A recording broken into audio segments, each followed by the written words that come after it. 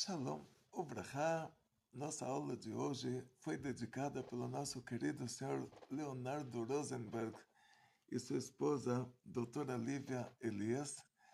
E o tema da nossa aula é o lado oculto da Agadá, por trás da Agadá. Poderíamos chamar isso até de a Cabala da Agadá, porque na verdade é a Cabala da Agadá, mas é o lado oculto da Agadá. E a Agadá, ela começa com Simanim. Simanim, Kadesh, essa é a primeira semana. A gente até tinha uma musiquinha no Reida, a gente cantava com as crianças. Kadesh, Or, Hatz, Karpas, Yahatz, Magid, Rochza, Moitzimatza, Maror, Korech, Shulchan, Orech, Sofon, Beirach, Alel Nirtza. Esses sinais da Agadá, esses simanim, eles são a ordem da Agadá. Então a Agadá vai começar com Kadesh. Kadesh quer dizer faça o Kiddush. Então nós vamos fazer o Kiddush. E aqui vai surgir uma pergunta muito, muito importante. Será que o Kiddush é o começo da Agadá? Então ele se encontra no começo da Agadá. Mas o começo da Agadá, a palavra Agadá quer dizer história, contar uma história. Então o começo da Agadá vai ser a história da saída do Egito. Por isso que nós não vamos falar uma brachá antes de ler a Agadá, da mesma forma que fizemos uma brachá antes de ler a Megillah em Purim. Porque sendo que no Kiddush nós vamos já lembrar a saída do Egito, vamos falar nesse Kiddush, Mikra Kodesh Zecher Litziat Mitzrayim, em memória, em lembrança a saída do Egito. Então nós já não precisamos mais falar uma brachá antes de ler a Agadá.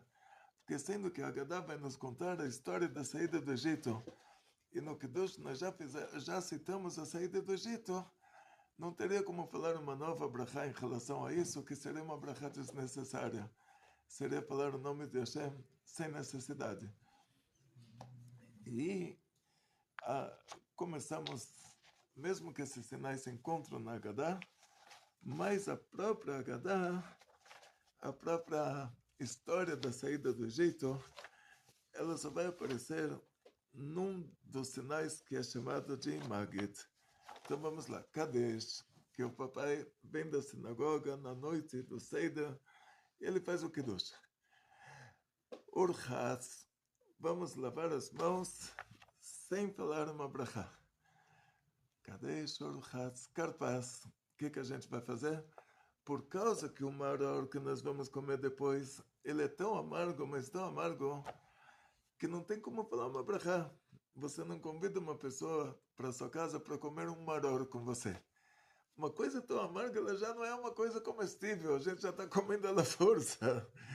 Então, como a gente vai falar um boré priadamá antes de comer um maror? Não tem como, porque ele não é comestível, ele é uma coisa muito amarga. Então nós vamos fazer o carpaz, vamos pegar um pedacinho de batata, um pedacinho de cebola, mergulhar na água, e por isso fizemos a netilat adaim sem brachá, porque qualquer coisa molhada que a gente come, tem que fazer netilat adaim antes. Vamos falar borei priadamá e pensar no maror. Pensar nessa coisa amarga que a gente vai comer depois, porque para coisa amarga não tem como falar uma brachá. De tão amarga que ela já deixou de ser comestível. Então, o carpaz que nós vamos falar por aí para Adamá antes de comer esse pedacinho de batata, esse pedacinho de cebola molhado na água, pensar no maror. Então vamos lá, Kadesh, Urchatz, Karpas, Yachatz, vamos pegar a maçã, temos lá 3 maçotas, a gente pega a maçã do meio, quebra ela em 2 partes.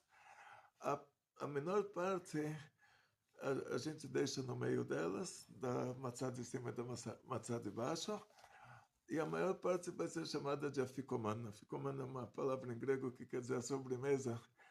Por quê? Sendo que no final a gente tinha que comer o Korban Pesach, no final desse Leila Seder.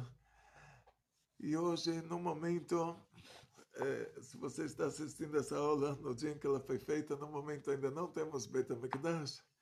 Então a gente vai comer essa maçã no final para se lembrar disso que En Maftirim Machar Pesach Hafikoman. Quer dizer que depois do Pesach não se come, depois de comer o Korban Pesach não se come sobremesa. Então a gente está lembrando que, olha, no momento ainda não temos o Beit HaMikdash, né? Então vamos comer essa maçã, ela vai ser chamada de Afikoman. Tipo, a última coisa que vamos comer no final da Seudá. Então, Kadesh Urchatz Kapaz e Achatz Magid. Quando chega nesse sinal que é chamado de Magid, a palavra Magid, quer dizer, conta uma história, ela vai... Aí vai começar a Agadá. Quer dizer, até agora eram sinais da Agadá. A Agadá ainda não tinha começado. No Magid vai começar a Agadá. Então, sendo que já fizemos o Kiddush, já nos lembramos da saída do Egito, não vamos precisar falar uma brachá antes de ler a Haggadah, e as crianças começam as perguntas, Nishtana, Laila, qual a diferença entre essa noite e todas as outras noites?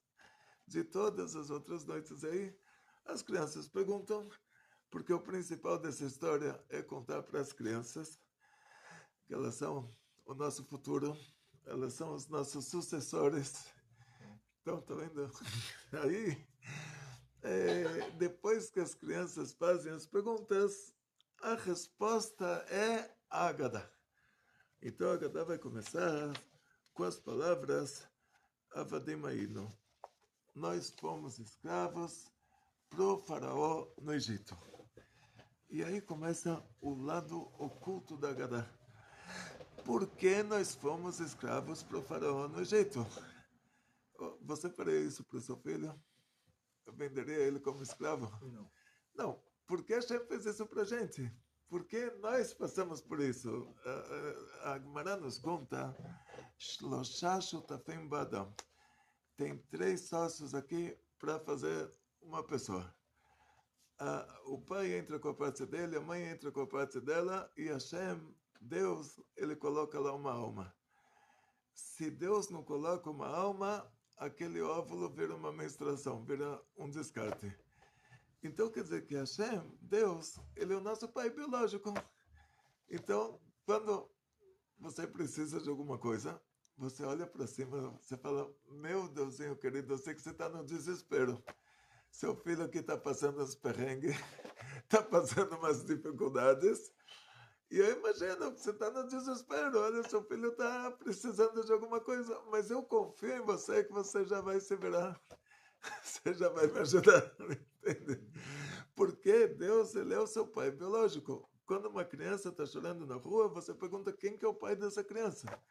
Hashem, ele é o nosso pai biológico. Aqui não é só papai e mamãe, tem que ter papai e mamãe e Hashem. Se Hashem não coloca a alma naquele óvulo, aquele óvulo vira um descarte. Então, como pode ser que Hashem fez isso para nós? E aí vai entrar o lado oculto da Haggadah. Nós sabemos que Abraão Avinu era uma pessoa muito religiosa.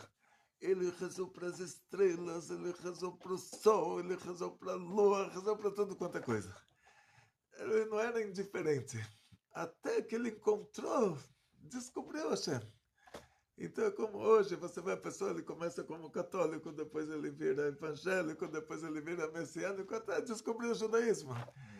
Então, Abraão Avinu era assim, ele rezou para tudo, até ele descobrir Hashem. Ele foi o primeiro judeu. No que consiste que ele foi o primeiro judeu? Hashem pediu para ele fazer uma Brit Milá. Fez um pacto com ele, dele fazer um Brit Milá, e aí ele tinha 99 anos, mas antes disso, quando ele tinha 75 anos, Hashem fez com ele um pacto que é chamado de Brit Ben Abtarim. É uma aliança entre as partes, entre partes divididas. Ou seja, assim, hoje em dia, quando 2 presidentes eles fazem um pacto militar, um pacto comercial, um dá a mão para o outro. Na época antiga, quando dois reis faziam um pacto, eles dividiam animais em duas partes, e os dois reis passavam no meio dessas duas partes, e todo o povo testemunhava que o pacto foi feito. Então Hashem falou para Abraão, vamos fazer aqui uma aliança, um pacto, uma aliança oficial, uma coisa oficial, como os reis do mundo costumam. Hashem pediu para ele dividir alguns animais em duas partes, e Abraão Avinu passou pelo meio dessas duas partes. Hashem foi representado lá por uma coluna de fogo, e depois disso fizeram um acordo, fizeram o pacto. Hashem fez com que Abraão Avinu ele dormisse. Caiu um sono muito profundo sobre ele.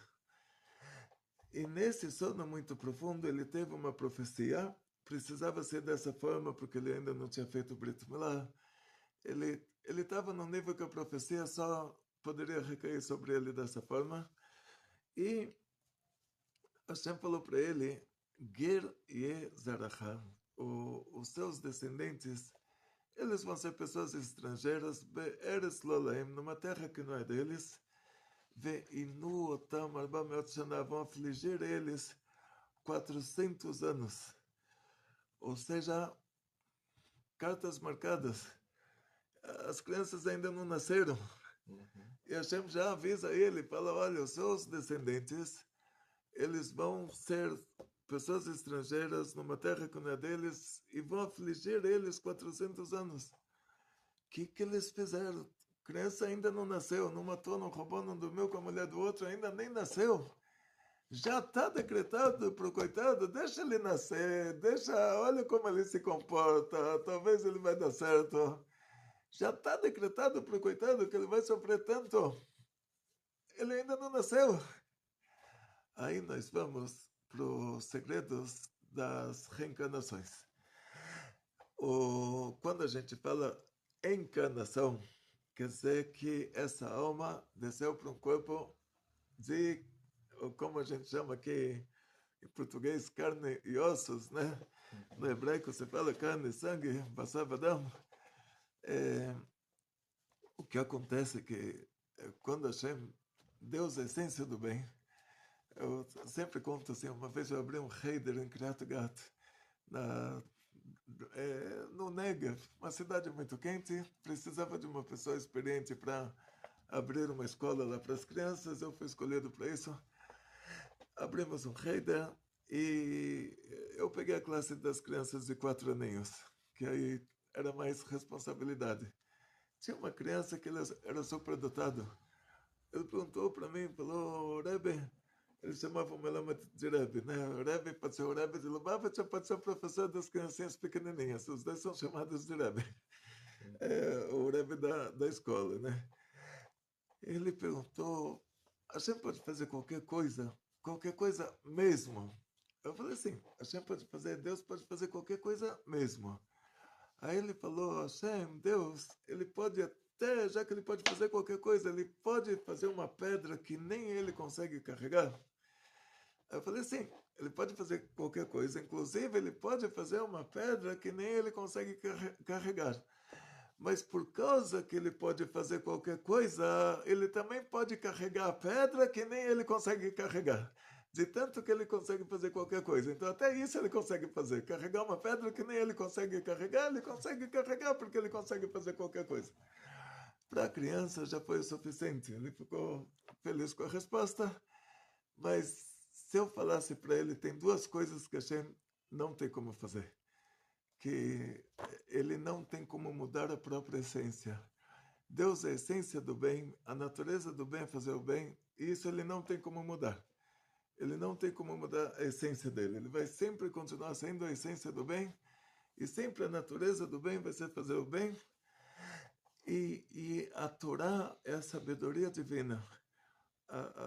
Diz o Rambam que Hashem e a sabedoria dele são uma coisa só.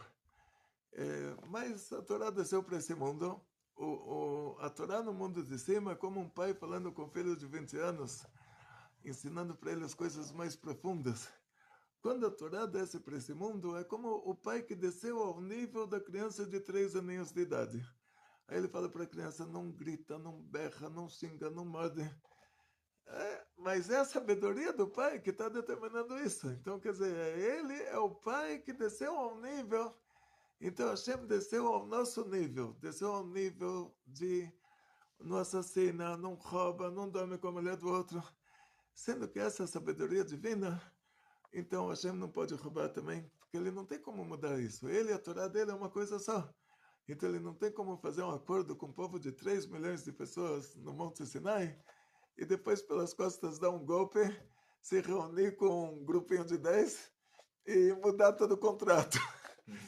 E aí depois chegou o Maomé, falou que dá para fazer isso, então fez isso comigo também, já mudou o contrato de novo, né? Ele não tem como roubar, isso ele não tem como fazer. Ele não tem como ir com a mulher do outro e fazer filho com ela, porque a sabedoria divina determina que é proibido fazer adultério.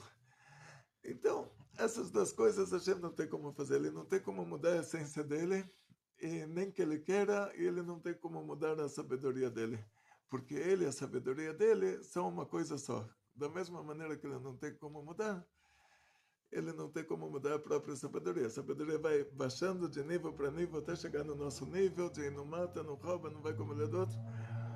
Ela pode baixar até para o nível mais baixo, de você está ensinando uma criança pequena.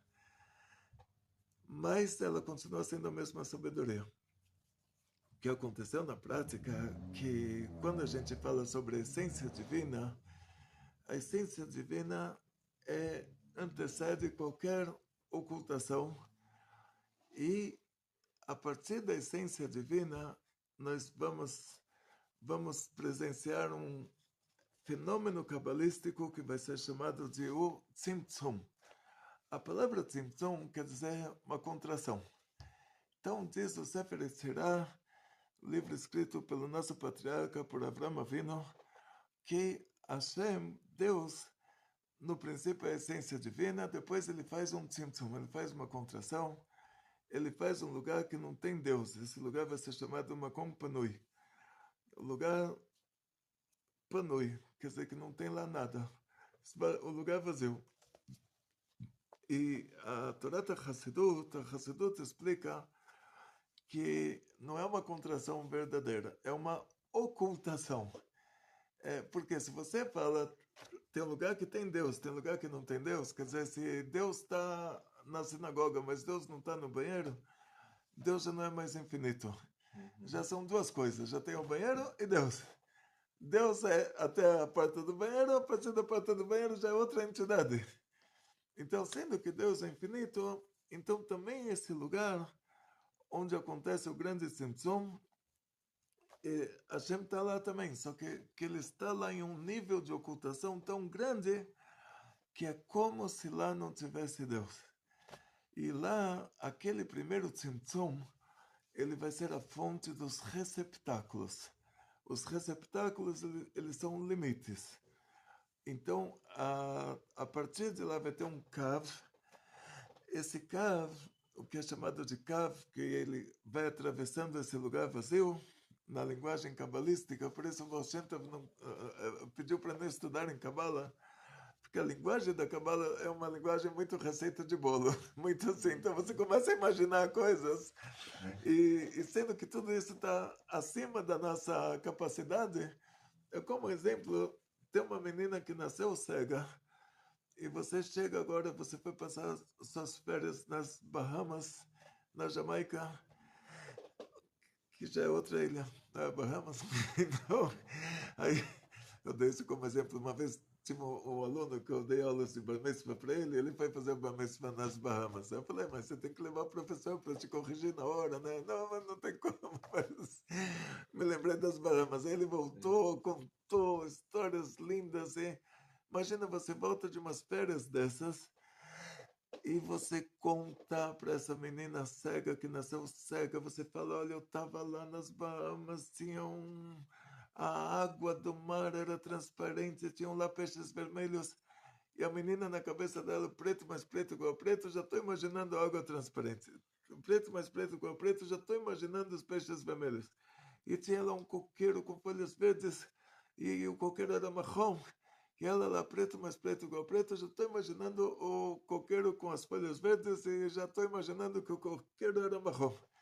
Aí no final, você pergunta para ela, você conseguiu imaginar tudo?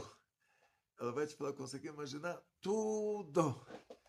Então, você fala, só uma coisa do que você imaginou estava certa. Que tudo que você imaginou está errado. Essa é a única coisa certa, que tudo, absolutamente tudo que você imaginou está errado, porque você não tem o conceito básico. Nós não temos os conceitos básicos da grandeza, da beleza do mundo espiritual. Tudo que a gente imaginar é preto mais preto igual preto, eu já estou imaginando um anjo no céu. Preto mais preto igual preto, eu já estou imaginando Deus. A gente não tem como imaginar. Mas o que a gente sabe é que a partir desse primeiro tzimtzum começam os receptáculos. E a partir daí começa um paralelismo entre luzes e receptáculos, almas e corpos.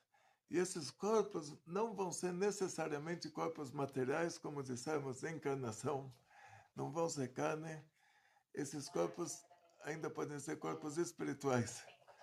Então, os anjos, eles têm um corpo espiritual. A gente, quando sobe para o mundo de cima, a gente recebe um corpo espiritual. Mas o corpo é corpo, ele é um limite. A alma é luz, o corpo é o limite. Então, a gente consegue usufruir uma alma nesse mundo sem corpo. Ela não tem como interagir, ela não tem como mover alguma coisa, não tem como movimentar nada. Então, na hora que a alma está no corpo, ela é uma pessoa viva, ela consegue interagir. Até Eliona vive, o profeta Elias, que não morreu. Hashem levou ele vivo para o mundo de cima. Tem uma história no Zohar que Eliona vive, pergunta para ele, o Rabbi Shimon Bar Yochai pediu para Eliona vir estar presente em certas aulas que ele iria dar, sendo que as aulas seriam sobre assuntos muito elevados. Eliona vive, ele conhecia esses assuntos lá de cima, ele poderia falar para o Rabbi Shimon Bar Yochai que, olha, estava tudo em ordem, e dá as garras, como se diz, dá as camas para o livro, né? As camas para o Zohar. O Rabbi Shimon Bar Yochai combinou com Eliona Navi que ele vai vir para uma aula. Eliona Navi não veio. Então Eliona Navi, quando ele vem para um Brit Milá, ele é alma sem corpo. Ele pode estar em qualquer lugar ao mesmo tempo, como Hashem. A alma é parte de Hashem. Hashem pode estar em qualquer lugar ao mesmo tempo. Então, a nossa Neshama, a nossa alma divina, também pode estar em todos os lugares ao mesmo tempo. Mas aí o Rabbi Shimon Bar Yochai se encontra com o Eliona Navi depois.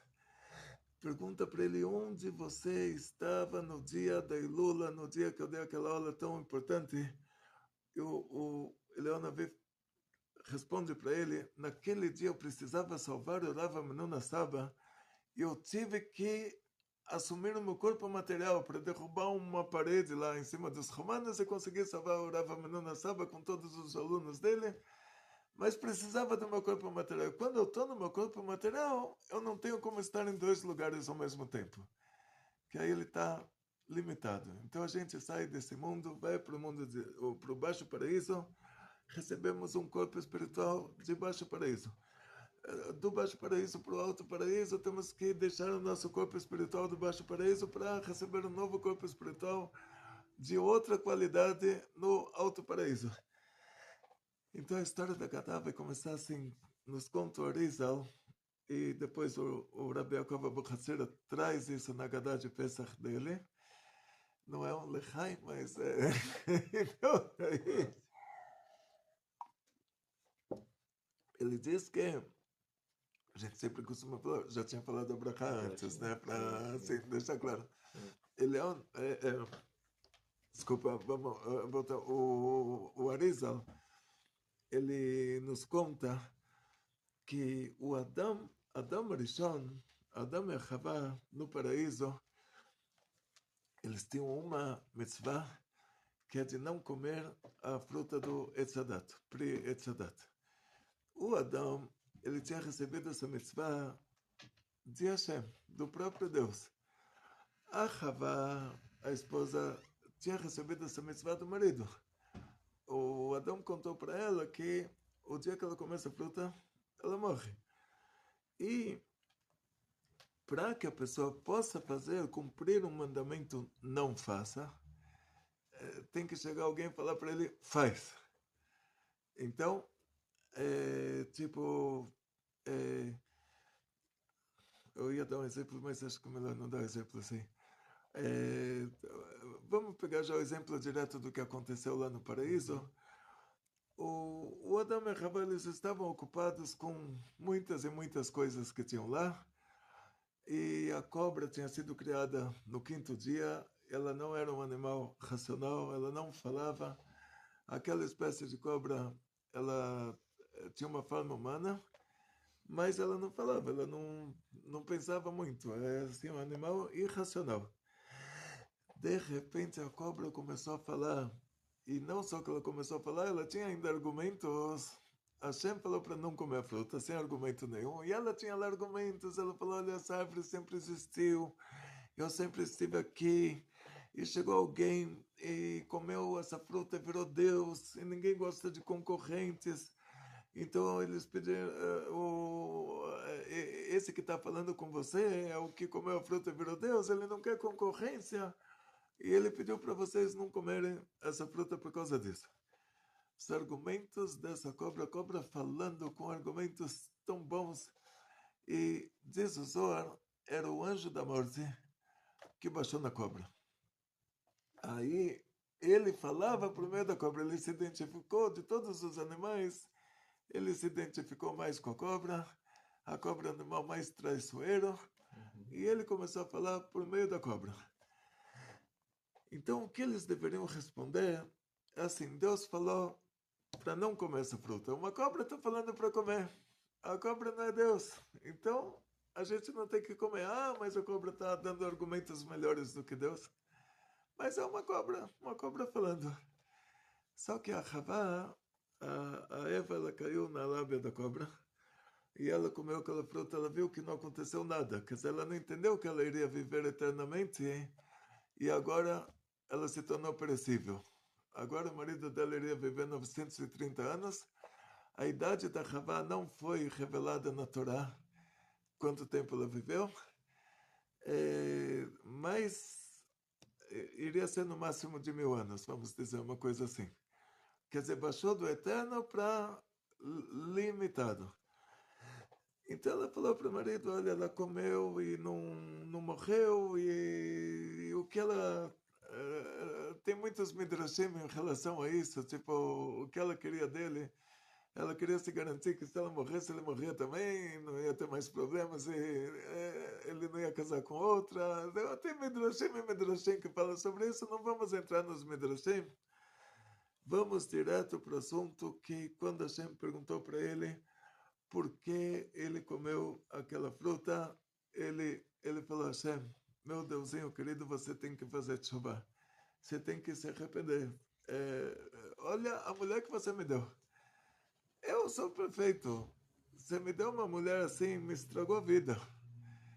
Então, eu falo, Hashem, você tem que fazer tshuva. Olha o que você me causou. Você me estragou a vida. Você me deu uma mulher que me estragou a vida. Podia ter me dado uma que não me estragasse a vida. Hashem perguntou para ela porque ela comeu aquela fruta. Ela falou, eu sou perfeita. Você tem que se arrepender, tem que fazer tshuva. Você colocou uma cobra no paraíso. Eu não faria isso para minha família. Não ia levar minha criança para brincar no parquinho e colocar uma cobra lá. Então, eu não tenho que fazer tshuva. Você tem que se arrepender, não eu.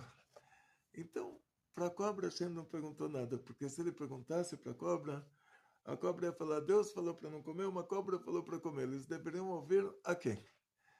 Então, o Adão e a Havá, vocês entendem dessa história que eles brigaram. Ele não quis mais se relacionar com ela. Durante 130 anos, continua essa história. E aí diz o Arizal que nesses 130 anos, cada anjo lá em cima tem um aspecto feminino. Então, cada anjo tem uma anja. Só que quem desceu para esse mundo foram os maridos, né? Então, o Gabriel, Malach Gabriel tem a Gabriela, o Rafael tem a Rafaela, o Michael tem a Michaela. Cada anjo tem uma anja. o Uriel tem a Uriela, e daí para frente. A gente não ouve falar sobre essas anjas. Os 3 anjos que visitaram o nosso patriarca Abraão, eles eram o Rafael, o Michael e o Gabriel, e não trouxeram as esposas, não trouxeram a Gabriela, a Michaela e a Rafaela. Mas o anjo da morte, ele e a esposa são, eles fazem trabalho em conjunto, trabalho em equipe. Então, na hora que o Adão brigou com a Eva, esse é o aspecto feminino do anjo da morte. O anjo da morte, a gente chama ele de Samechmen. A palavra Satan quer dizer desviador. Esse nome é aplicado a ele também, mas esse não é o nome dele. Isso é o que ele faz. Ele é o desviador, então a palavra stialistot em hebraico é uma linguagem de desviar. Então, o Satan quer dizer o desviador. E o nome do desviador aí, a gente só fala as iniciais, Samechmen, são as letras. E o nome da mulher dele, a gente também só fala as iniciais, que seriam LI. Então, essa LI, com mais uma amiga, a NA, as duas deram em cima lá do Adão Arishon e elas se relacionaram com ele como se elas fossem a Eva. E só que elas se materializavam, elas conseguiam se materializar para ter uma relação com ele, mas na hora de engravidar, elas engravidavam demônios. Então, esses demônios que a gente está falando,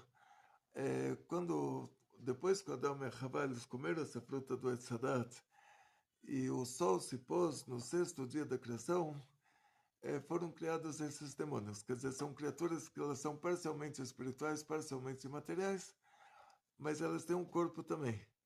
E o corpo é perecível também. Quer dizer, elas têm limites de vida, tudo.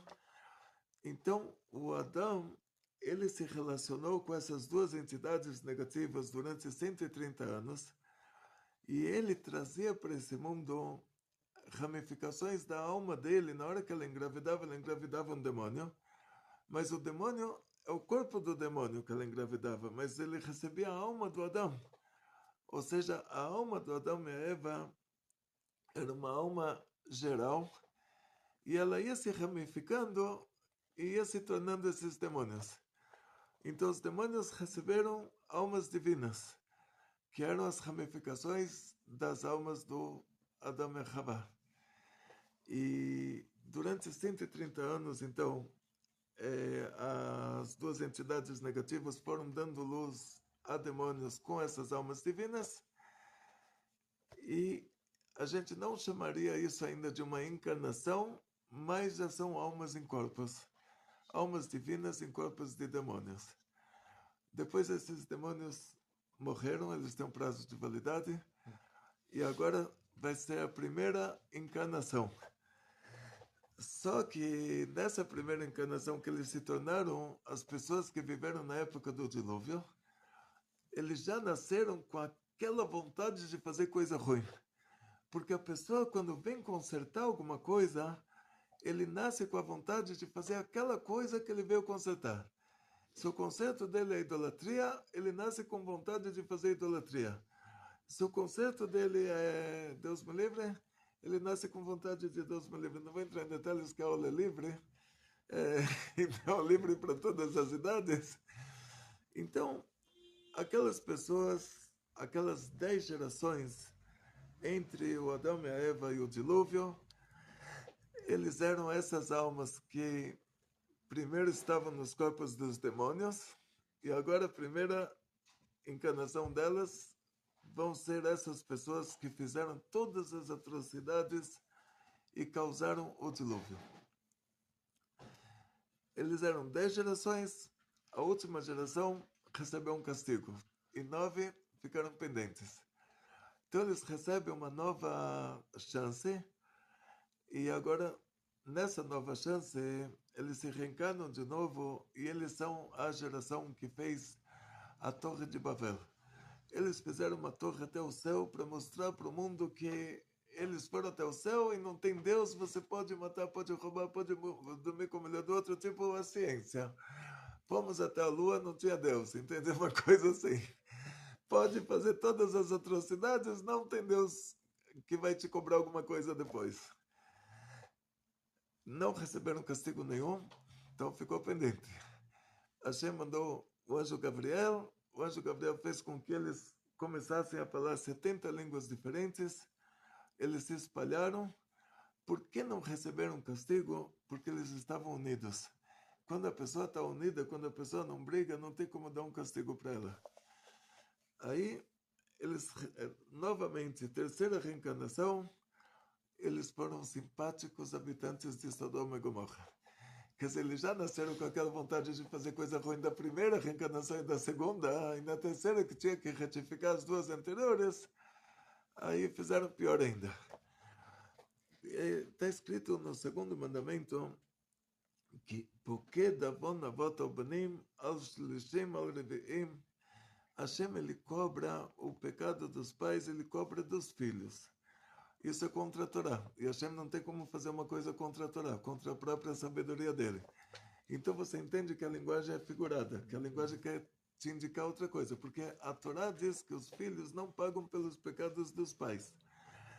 Então, sendo assim, Hashem não vai cobrar dos filhos o pecado dos pais, e ainda quando se trata de até a terceira, quarta geração, aí tem mais um agravante. Diz o Rambam, a pessoa que recebeu a educação errada, ele não é culpado pelo que ele próprio faz, porque assim ensinaram ele. Então, Tinok Shenishba Benakum, um neném que ele foi preso entre os idólatras. Akum é Ovdei Kochabim e Mazalot. E aí esses idólatras ensinaram esse neném judeu a rezar para a estrela, para a lua. E essa criança chega, depois dos 120, chega lá no tribunal divino, não vão lembrar ele nada disso, porque sendo que ele recebeu essa educação, então ele não fez isso conscientemente. Então, como pode ser o neto, o bisneto, até o filho não é culpado pelo que ele próprio fez quando o pai ensinou ele errado. Quanto mais o neto que já aprendeu errado, o bisneto. Então, diz o Zohar, essa linguagem de que Hashem cobra o pecado dos pais, Hashem cobra dos filhos, é uma linguagem que está se tratando de um assunto espiritual. Que aquela alma, na primeira reencarnação, ela tenta consertar o que ela fez errado e não consegue, então ele vai nascer de novo. Na hora que ele nasce de novo, ele já é filho dessa reencarnação anterior. Na hora que ele nasce já pela segunda vez, ele já é a terceira geração dessa reencarnação anterior. Então são gerações espirituais, são reencarnações, não são gerações biológicas. E por que Hashem para isso na quarta reencarnação? Porque senão, Deus me livre, a conta fica muito grande e não tem como pagar. Então, na quarta reencarnação, Hashem vai cobrar, no máximo até a quarta reencarnação, Hashem vai cobrar as três anteriores. E aí a pessoa sai de lá retificado, purificado, e a conta não aumenta, e ainda ele tem chance de sair de lá purificado e retificado. Então, o que aconteceu no Egito, diz o Arizal, e traz o Rav Yaakov Abuhatira, traz mais detalhes sobre isso, foi exatamente isso.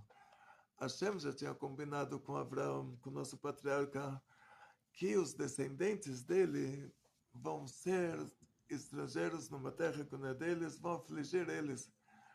E por quê?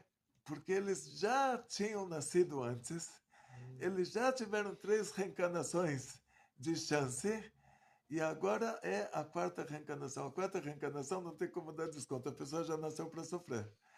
Então a criança pequena acabou de nascer, um nenenzinho recém-nascido que nasceu no Egito. Esse nenenzinho acabou de nascer, ele não matou, não roubou, não dormiu com a mulher do vizinho, não fez nada de ruim. Chega lá o exército, o maior exército do mundo, Estados Unidos, China, Irã, tudo junto, pega essa criança pequena, tira ele da mãe dele e joga ele no rio. O que essa criança fez para ter uma morte dessas? Ah, os pais mereciam? Então coloca ele em outra família, numa família que os pais não mereciam ter esse sofrimento. Quer dizer, para Hashem não é problema colocar eles numa família que os pais não mereciam ter. Então, quer dizer que o problema não eram os pais, o problema era a criança mesmo. E qual era o problema dessa criança? Que ele era a reencarnação daquela pessoa que causou o dilúvio, e ele morreu feliz antes do dilúvio, deixou uma mega herança para os filhos e falou: papai matou, papai roubou, papai fez perto, está aqui a herança. Então agora ele nasceu para receber o dilúvio personalizado dele. E ele, nenenzinho recém-nascido, não matou, não roubou, não dormiu com a mulher do outro. Mesmo se tivesse feito isso, só começa a contar com os 20 anos uma pena de morte pelo judaísmo. E essa criança tem uma morte trágica dessa categoria. E Então por que isso, ele tem que pagar como criança e não pode pagar no Guiná, por exemplo? o gay não, porque ele escolhe isso lá em cima. Aí mostram para ele Hum, o gay não, mostram para ele uma reencarnação e ele escolhe porque Hashem é a essência do bem, a natureza do bem é fazer o bem, então Hashem dá para ele essa chance. hum. Tem gente que é tão ruim, mas tão ruim, mas tão ruim, que aí é outra. Mas aqui era uma coisa genérica. Então, não é um caso específico que. Aqui era uma coisa genérica. Era uma geração que fez atrocidades e essa geração chega lá em cima. Então, dizem para eles: olha, tem aqui 1 hora no Guinom, é como 70 anos dos maiores sofrimentos nesse mundo. Então, a pessoa tem a opção. Aí eles optaram por se reencarnar. Pode ser que um ou outro optaram pelo Guinom. A gente não sabe. Tipo assim, dizem que as mulheres, para elas é mais fácil. O Guinom delas é mais light. Porque, tipo, a Eva ouviu do Adão que não podia comer aquela fruta. Então, tipo, as mulheres, a Hashem dá um desconto para elas. Então, elas, entre nascer de novo e ir para o Guinom, elas preferem ir para o Guinom, porque o Guinom delas não é assim um fim de mundo como o nosso, né? Assim dizem.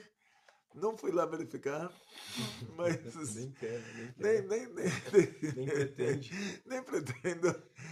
Mas dizem assim que por causa, vou ter que falar, agora já é o lado oculto da Gadá, né? Por que a mulher tem desconto? Porque o, quando Hashem criou Adão e a Eva, Hashem criou uma pessoa só. Ou seja, tudo que foi feito nos 6 dias da criação, está escrito Bereshit bara Elokim et hashamayim vet haaretz. No princípio, Deus criou o céu e a terra. Então, no princípio, nesse primeiro dia, Deus criou tudo. Deus criou o boi e a vaca também. Depois, cada dia, a terra vai tirando alguma coisa. Então, no terceiro dia, a terra tirou as árvores, a terra tirou as ervas. No quarto dia, a terra tirou o sol, a terra tirou a lua, a terra tirou as galáxias. Quer dizer, todo esse mundo era uma grande bola. E daqui saiu o Sol, saiu a Lua, saíram as estrelas, saíram todas as galáxias, já com as plantas que tinham no terceiro dia. Então, se chegar o avião da NASA e o foguete da NASA para encontrar uma árvore lá no outro planeta, você pode dizer até essa árvore, ela foi criada aqui no terceiro dia. Ela foi criada no terceiro dia da criação. No quarto dia, quando essa galáxia saiu daqui, ela foi junto e ela se extinguiu aqui, mas continuou lá. Então, quer dizer, pode ser que tenha uma árvore que tem lá que não tem aqui, mas esse é o raciocínio da coisa. Até, até chegar no sexto dia, a terra tirou o boi, a terra tirou a vaca. O que quer dizer? O boi do sexto dia da criação, primeiro saíram os chifres dele da terra, depois saiu ele. A vaca, primeiro saiu a cabeça, depois saiu o corpo. Aí, Hashem parou. O ser humano foi criado de outra forma. Não entra nessa classificação. Hashem criou uma pessoa de terra, era uma pessoa só. E está escrito, Vaifach be'apav, ele soprou nas suas narinas. Diz o Zohar, Hashem não soprou. Então, por quê? Porque o soprou já é limite, já é corpo, já é preto, mas preto igual a preto. E no segundo mandamento está escrito que Veloreitem kol tmuná, vocês não viram nenhuma figura, ou seja, Hashem não é, você não tem como imaginar Deus. Então, pergunta o Zohar, por que então é usada a linguagem soprou? Mande nafach mitoche nafach. Quem sopra, sopra o que ele tem dentro. Quem coloca, coloca o que ele tem fora. Então, para te mostrar que a sua alma divina é uma parte de Hashem, é usada a linguagem soprou. A Torá usa a linguagem soprou. Então, se o soprou é exemplo, narinas também é exemplo. Então, por que é usado esse exemplo narinas? Porque quando Hashem colocou essa alma, que é uma parte dele, dentro daquela pessoa, que era uma só, essa alma já recebeu aspecto masculino, aspecto feminino. Então, diz o Zohar, era num corpo que uma parte era homem, outra parte era mulher, e as mulheres sempre vão falar que elas eram a parte da frente. E aí Hashem separou, está escrito tzela, tzela é lado. Tzela não é costela, então tzlaot é Mishkan, os lados do Mishkan.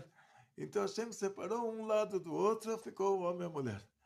Aí diz o Zohar, quando a gente vai falar sobre essa alma divina lá em cima, a raiz do aspecto masculino da alma é a Chokhmat Atzilut. A raiz do aspecto feminino da alma é a Binah. E a Binah é a fonte dos sentimentos, é a fonte da alegria. E por isso que a mulher não pode ser testemunha num casamento. Porque os sentimentos lá jorram e ela é capaz de se atrapalhar, muito bem atrapalhada na hora de testemunhar alguma coisa. Então, por isso que não é o rigor em relação a ela, quando se trata de um gueno, não é o mesmo rigor em relação ao homem. Que o homem, o tribunal divino pode falar para a gente, você estava consciente do que você estava fazendo. A mulher, ela não é considerada pela Torá que ela tem controle o suficiente para testemunhar num casamento. Então, por isso que ela tem um desconto de gueno. Também por isso que muitas vezes as mulheres elas optam pelo gueno, que para elas é muito mais fácil do que se reencanar. Então, voltando para o lado oculto da Gadá, então essas crianças que faleceram, que o exército egípcio, que era o egípcio, era a única potência da época. Estados Unidos, Rússia, China, Irã, tudo junto, era a mega potência mundial. E chega lá um exército dessa capacidade, com esse equipamento, entra numa casa de uma família com uma mulher recém que acabou de dar à luz e pega essa criança pequena, joga dentro da água.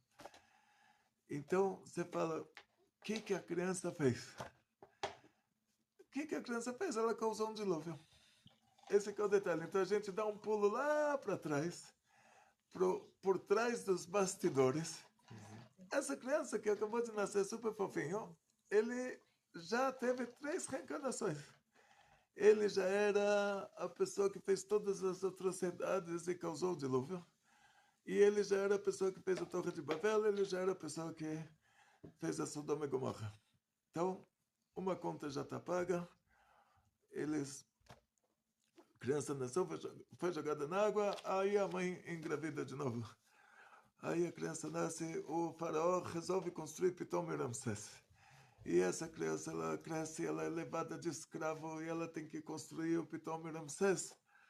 E o Pitom e Ramsés, a característica, se alguém não conhece o judaísmo, vai achar que eram as pirâmides, que tem lá o Vale de Ramsés, mas não é o mesmo lugar.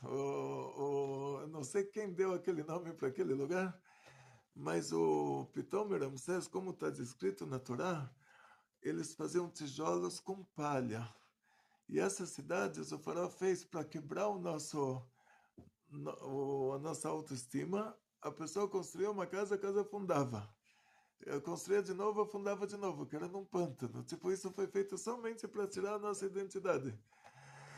Por mais que a pessoa seja um escravo, mas ele fez alguma coisa bonita, ele está orgulhoso do que ele fez. Então, para que ele não tenha uma gotinha de orgulho de nada, que ele seja 100% submisso, então o faraó decretou para eles construírem Pitom e Ramsés.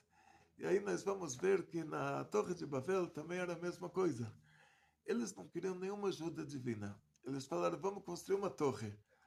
A pessoa que vai construir uma torre, ele vai procurar um lugar alto, porque aí a torre vai chegar mais alto.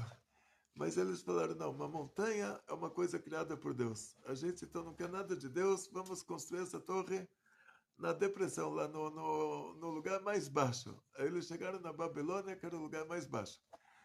Uma pedra foi criada por Deus, então a gente vai querer fazer um tijolo. Nós vamos fazer as pedras. Então, o que aconteceu no Egito foi o concerto da Torre de Babel. A pessoa nasceu de novo, tinha que fazer o tijolo com barro, da mesma maneira que eles fizeram na Torre de Babel. tinha que ir lá no lugar abaixo que afundava, da mesma maneira que eles fizeram isso na Babilônia, até que passou esse concerto também, e depois tiveram todos os trabalhos forçados, completamos 210 anos de retificação de alma no Egito, quando as nossas almas já estavam retificadas do que fizemos nas reencarnações anteriores, aí já saímos do Egito, saímos com milagres e maravilhas, e aí vamos voltar somente assim um pouquinho para fazer uma comparação com outros casos semelhantes. Muito obrigado. Diz o Arizal que o nosso povo, depois que entrou na Terra Santa, eles era Canaan foi amaldiçoado por Noé. Então ela era a terra amaldiçoada, ela virou a Terra Santa porque nós entramos lá e transformamos ela em Terra Santa. 20 anos depois que entramos na nossa Terra Prometida, começaram a fazer lá a idolatria. E essa idolatria se estendeu por 800 anos. Diz o Arizal, todas essas almas que fizeram idolatria conscientemente, quer dizer, não se trata assim dos filhos que receberam educação errada, se trata dessas pessoas que fizeram idolatria conscientemente. Essas almas voltaram durante as cruzadas da Inquisição e eles estiveram novamente nesse teste. Ou você faz idolatria ou você morre, ou você faz idolatria ou você perde o dinheiro, ou você faz idolatria ou você tem que fugir. E passaram por todas essas situações e retificaram a idolatria. Então diz o Arizal que depois disso não vão mais ter perseguições religiosas em lugares onde tem comunidade judaica. E a gente viu isso explicitamente quando teve o nazismo. O Rommel, ele foi para o norte da África, o general dos alemães, quando os alemães conquistaram a França. Aí o Marrocos pertencia à França. Então foi o general, o Rommel, eles analisaram os judeus do norte da África e ele falou, olha, essas pessoas não são judeus. Eles são árabes de religião judaica e a nossa perseguição é uma perseguição racial, não é uma perseguição religiosa. Então, o direito da pessoa é ter religião judaica, só não é direito dele ser judeu. Então, eles pegaram padres, freiras que tinham um avô judeu e mataram eles. E esses judeus separadim não mataram eles, que falaram que eles não são judeus, eles são árabes de religião judaica. E eu me lembro que a rabanita do Rav Moshe Weber me contou que quando os alemães estavam chegando no Egito, os Ashkenazim de Jerusalém já estavam fugindo para o Iraque. Porque sabiam que se os alemães chegassem em Jerusalém, eles iriam matar os judeus europeus, não iriam matar os judeus árabes. Uma coisa assim. Então não tiveram mesmo perseguições religiosas por motivos religiosos. Quer dizer, perseguição por motivo religioso, como eles falaram, assim, se você então troca de religião, você já não é mais perseguido. Tipo uma coisa assim. Continuação. Da mesma maneira que o Arizal ele explicou, que o nosso povo no Egito passou por essa retificação de quarta reencarnação. Isso acontece depois na Inquisição e nas Cruzadas, que essa quarta reencarnação ela fica pendente. A pessoa não é obrigada a se reencarnar amanhã. Fica esperando até muitas pessoas estarem nessa mesma classificação, e aí é uma geração que toda aquela geração sofre, por causa da mesma categoria de problema. Então a gente entende que o Holocausto também foi uma coisa assim. 1 milhão de crianças judias morreram e uma criança não matou, não roubou, não dormiu com a mulher do outro. E mesmo se tivesse feito tudo isso, até 20 anos ainda não é contada uma pena de morte pelo judaísmo. Então, na prática, nós podemos comparar o nosso exílio no Egito a todos os outros nossos exílios dentro do mesmo raciocínio. Depois, quando as almas já passaram por essa retificação, aí já estamos livres. Então, o que a gente vai ver agora para terminar nossa aula, que já chegamos no... É assim, quando o nosso povo desceu para o Egito, como eles desceram para lá? Yosef chegou no Egito. Yosef, ele salvou o Egito ia afundar. O Egito ia passar 7 anos de fome, ia falir, as pessoas iam morrer.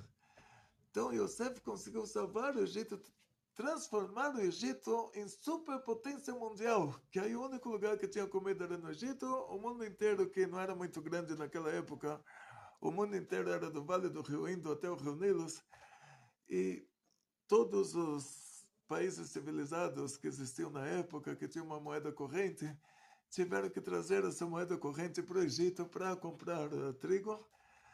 O Egito virou a única potência mundial. E o que eles falaram naquela época? Que esses judeus são como espinhos aos nossos olhos. Então, ao contrário, que o faraó falou, não conheço Yosef, não reconheço. Quer dizer, ele se fez como se ele não conhecesse Yosef, como se não conhece. História do seu país estava à beira de uma crise trágica, e chegou um judeu, te salvou, você não conhece? Não conhece não, quer dizer, você não tinha professora de história na escola? O próprio faraó não sabe a história do país dele? O que quer dizer não conhecer Yosef? Ele não teve uma aula particular sobre a história do Egito, ele não sabia onde ele estava, de onde ele veio. Então, dizem os Midrashim que ele se fez como se ele não conhecesse. Não é que ele não conhecesse, ele sabia muito bem que o judeu salvou o Egito de desaparecer do mapa. Mas ele fez como se ele não conhecesse. Depois, quando chega na 10ª praga, depois de 9 pragas que aconteceram do jeito que Moshe falou, a praga aconteceu. E agora Moshe diz, olha, amanhã, mais ou menos na meia-noite, vai morrer todo o primogênito do Egito. O que quer dizer isso? Se isso acontecesse hoje, não ia ser uma coisa muito grave. Mas antigamente, o filho do rei era o rei. Hoje você tem um presidente, o filho do presidente não é nada, né? Você vai votar em outro presidente. Mas antigamente, assim, se morreu o primogênito do rei, quer dizer que esse país agora está num problema. Porque o rei já tinha preparado o primogênito dele para ser o rei, então ele já tinha todo o know-how do reinado. O primogênito do marceneiro, ele vai herdar a marcenaria, e os outros filhos vão ser os funcionários dele. O primogênito do ferreiro vai herdar a serralharia. Então o pai ensina essa tecnologia para o filho. Em outras palavras, assim, se a gente quisesse comparar essa praga dos primogênitos com a nossa situação de hoje, imagina que hoje todo mundo no nosso país, todo mundo que sabe ler e escrever, morre. Só sobra pessoas que assinam com o dedo. Você não vai ter um médico, você não vai ter um engenheiro, você não vai ter um técnico de TI, você não vai ter nada. Todo mundo vai voltar para trabalhar na terra. Esse país acabou. Então, o que ia acontecer com o Egito era isso. Todo mundo que tinha algum estudo ia morrer. Quer dizer, o Egito ia ser um país de analfabetos, comparando com os nossos critérios de hoje, né? Então, Moshe Rabbeinu falou que isso ia acontecer. E aconteceu. Na meia-noite do outro dia, morreram todos os primogênitos. Então, o que você espera deles agora? A pessoa está lá, as mulheres egípcias, elas brincavam com os filhos das vizinhas, então ela tinha um primogênito de um, primogênito de outro, um primogênito de outro, então tinha 5 ou 6 filhos lá que era primogênito, cada um de um filho de uma vizinha. De repente, à meia-noite, tem aquele grito no Egito inteiro, não tem uma casa que não tenha um morto, e muitas casas têm vários mortos. E aí alguém bate na porta. Quem é? É o judeu que está indo agora festejar. E o judeu fala, olha, desculpa, eu estou indo fazer uma festa no deserto. Meu Deus, esse que matou seus filhos aqui, ele pediu para eu fazer uma festa lá para ele, então não tenho uma roupa adequada, não tenho uma joia, como eu vou para essa festa assim, sem nada? Aí eles receberam a gente tão bem, eles falaram que legal que você está indo para a festa que você vai fazer para o seu Deus que acabou de matar o meu filho que eu não enterrei ainda. E tem aqui joias, tem aqui roupas lindas para você, para ir para a sua festa. Então, é o contrário da lógica. Na hora que a gente salvou o país deles de uma crise econômica fatal, eles não iriam se levantar disso. Eles falaram que nós éramos espinhos nos olhos deles. Na hora que eles sabem, eles estão 100% conscientes de que os filhos morreram por causa de nós, de repente eles ficam cheios de amores por nós. Isso que a gente falou para Moshe, que a gente falou para Avraham Avinu, que eles vão ser exilados numa terra que não é deles, vão ser afligidos lá, e depois vão sair de lá com muitas riquezas. Então a gente falou para Moshe, agora eu vou dar a simpatia do povo aos olhos dos egípcios, para na hora que você bater na porta, eles vão estar te recebendo de braços abertos, o que você quiser eles vão te dar. Então quer dizer que Hashem, ele dirige o mundo. Então na hora que a gente ainda tinha pendência dessas 3 reencarnações, não adiantou a gente fazer daquele país a mega potência mundial, nós nos tornamos espinhos aos olhos deles. Na hora que a gente terminou essa retificação, a nossa alma ficou pura. Não importa que os filhos deles morreram por causa da gente, eles ficaram amando. Nos despedimos deles com beijos e abraços. Então essa é a regra, esse é o lado oculto da Haggadah. E esse lado oculto da Haggadah, ele é aplicado a cada exílio, inclusive ao nosso exílio atual. Então, novamente, muito obrigado para os doadores dessa nossa aula, para o senhor Leonardo Rosenberg. Rosenberg é Monte de Rosas. E para a esposa, a doutora Lívia Elias. E muito obrigado para vocês por terem doado essa nossa aula. Que Hashem dê a vocês, a todos vocês, a vocês que doaram para a gente essa aula, a todos vocês que estão assistindo a nossa aula, a todos vocês que participaram agora presencialmente da nossa aula. Pesach Kasher Vesameach, Atzlacha, Briut, Panasá Beshefa, muito sucesso, muita saúde, muito dinheiro, felicidades judaicas de toda a família, grandes milagres em grande estilo, muita alegria. Bekol Tov. Geula, queremos imediatamente a Geula, queremos imediatamente a Geula.